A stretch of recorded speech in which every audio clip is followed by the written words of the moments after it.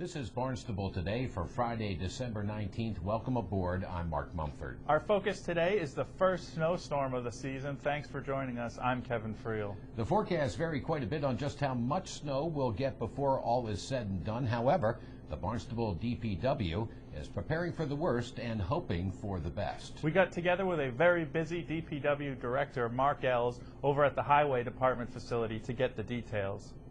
Well, it depends on the type of event we're going to have, but in the case of this storm, we would go out ahead of time and we would salt sand and use ice band on the roadways. And again, that would prevent the icing and slippage that may result. And then we plow after we do that. The way we approach it is we have our roads broken up into primary and collector roads, which are the major roads, and then secondary roads, and we try to get all of our primaries and collectors done first. Those are the major routes within our town, and then we go out to the neighborhoods of our town and we complete that plowing. It was a busy scene around the highway garage today as trucks were preparing to roll with the first flakes. Others were being loaded to treat roads to prevent them from freezing. The Barnstable DPW is still looking for additional contractors to work on plowing.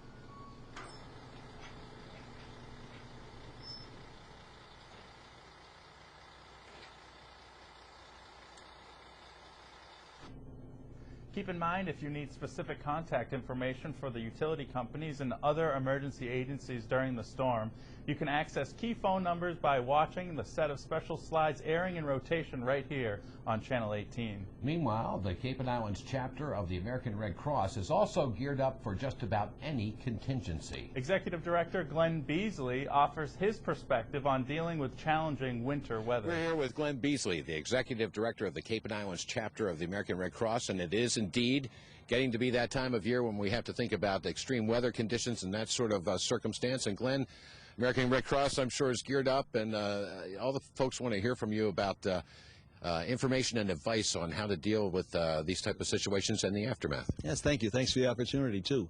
Well, it is winter season, but this is just another one of the storm seasons that islanders face. So we have hurricanes, and then we have blizzards and nor'easters.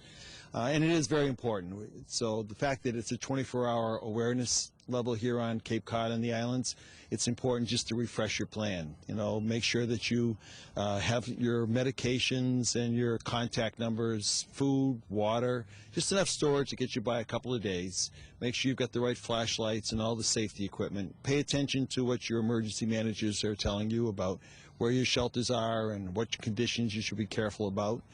And I think one of the most important things is to check on family and friends. Know where your family is and how they might contact you, maybe through a third person, just in case telephone lines are down.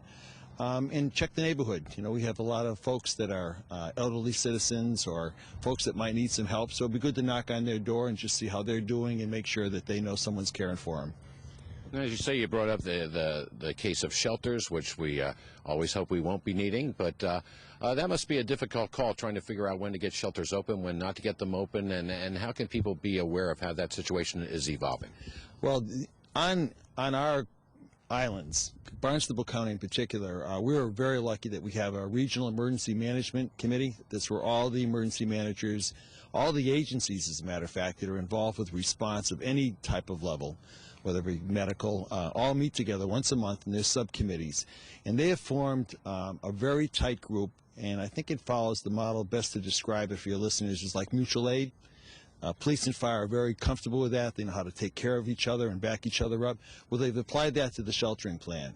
So now here on Cape Cod, we have local community shelters. Each one of those are by the direction of the local emergency manager. They make the call to open them. And they would be like heating stations and cooling stations, a very short-term delay. We're going to have 6 locations on the Cape that they're calling regional shelters. And these will be schools that can handle 500 people. And what we're going to do is open those up first. So, for example, they would be in Mid-Cape, there's Dennis Yarmouth High School and Barnstable High School would be the 2 schools. And therefore, all the agencies, most of us are volunteers, can focus our teams and really have a quality operation. So the priorities on Cape Cod will be to open up the regional shelters. and our EPC executive team will make that call. We'll staff it, as will other agencies. The second tier is supported, the local community shelters. They can open up kind of the Innisfil, then we'll open those up, and we'll start to staff those.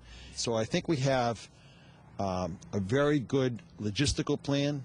We have an outstanding leadership team in the community with the emergency managers, and then there's the volunteers. We've grown over 3 years from 150 to 600 volunteers. Better than half of them are fully trained as disaster response volunteers, and they're geographically lined up with their communities, so they're working with their fellow neighbors, and they're together in zones, Lower Cape, Upper Cape, Mid Cape, and they're organized and they're structured and they're trained and they're equipped. In a situation where we have a storm event, but it's not significant enough to force people into shelters, how about for our elderly population? A lot of elderly folks here in town. Any special advice for them as they try to stay in their homes? I think it's the same, except first of all, don't get overstressed, don't over panic. Have a couple telephone numbers you can call if you get worried, whether it be a neighbor or a family or just even your local authorities, just to keep in touch. I think everyone understands anxiety, whether you're young or old. I think the other thing too is organize yourself a little bit. If all of a sudden you need to get up in a short order and leave, lack of heat or whatever, have a list of your medications, know where your blanket is and your favorite pillow is, and have a light and the basics that you would need to take care of yourself, organized in a way, and then make a list. Have a list of things that you need to have, and that way when you're ready to go, you pull that list out and you can feel more comfortable and you're prepared. And then just look at the websites and listen to the community TV channels, and know that people are concerned about you, and don't feel you're alone. If you're concerned, pick up the phone. That's all you have to do. Any other key elements you would like to get across that we haven't touched on? Well, I think the one most important thing we should ask the citizens of this Cape to thank the responders. It's amazing what they do, whatever the weather today. And I think the other thing is, if you don't volunteer, make sure you take time to thank a volunteer, because at times like this, I'm dazzled. I'm sitting here talking to you and I'm shivering because we're out here in a little bit of cold. These folks on my team have been up all day yesterday and last night. 30 of them are still up north, and they're still thinking about not being paid, doing their job to help carry the community. So I would ask them to just take a minute and find a volunteer and thank them for what they do. If some folks are inspired to volunteer by this or some other thing that gives them a little push in that direction, contact you right here on South Street. That's right. We're at 286 South Street, or you can go up on our website. It's all spelled out, Cape Cod and Islands Redcross.org, and you can click on there. We have our application online. Folks will have to do a background check, because that's one of the requirements today. And then we'll have one of our volunteers get in touch with you and put you into training and welcome you to the team. Glenn, thanks very much. Hope all goes well. Getting back to the town's storm response, if you have a strong need for the DPW to plow in your area, you can reach them by dialing the number to the highway barn. It's 508-790-6331. Once again, for snow plowing, the number is 508-790-6331. But keep in mind, their resources are in great demand and there is little chance of an instant response. So be prepared to maybe wait a little while. And please keep in mind that Channel 18 remains your source for emergency contact information. You can also find a link to the town's snow and ice control operations plan on the upper right-hand quadrant of the homepage at the town's website, town.barnstable.ma.us. Thanks for joining us today. I'm Kevin Friel. We'll meet you right back here on Monday. I'm Mark Mumford.